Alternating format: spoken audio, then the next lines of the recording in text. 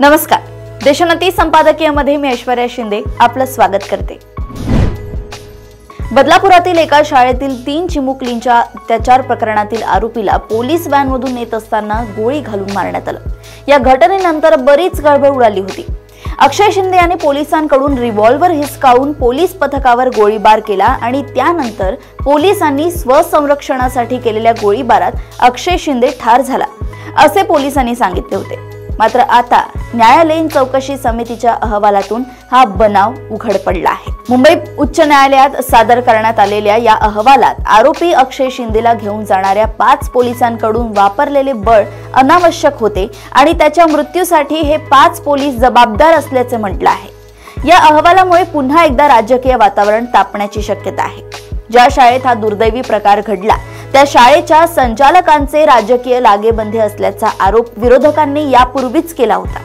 या राजकीय संबंधांमुळेच प्रकरण दडपण्याचा प्रयत्न केला जात असल्याचाही आरोप होत होता।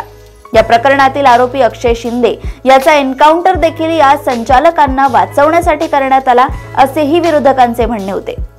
त्यामुळे आता ही संपूर्ण चकमक बनावट असल्याचा निष्कर्ष न्यायालयीन समितीने काढल्यानंतर विरोधक पुन्हा एकदा या प्रकरणावरून आक्रमक होण्याची शक्यता आहे। पोलिसांच्या म्हणण्यानुसार अक्षय शिंदेने त्यांच्यावर गोळीबार केला होता, मात्र मृताच्या बोटाचे ठसे बंदुकीवर नाही।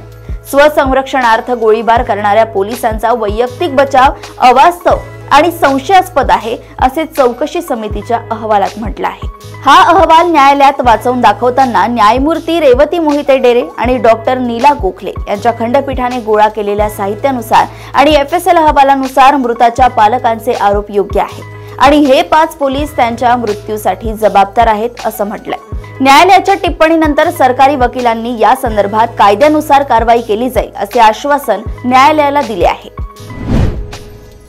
अशाच घडामोडी व अपडेट सोबत पुन्हा भेटूया देशोन्नती संपादकीयमध्ये। बघत रहा देशोन्नती। नमस्कार। ठळक घडामोडींसाठी देशोन्नती न्यूज चॅनलला सबस्क्राइब करा आणि बेल आयकॉन प्रेस करा।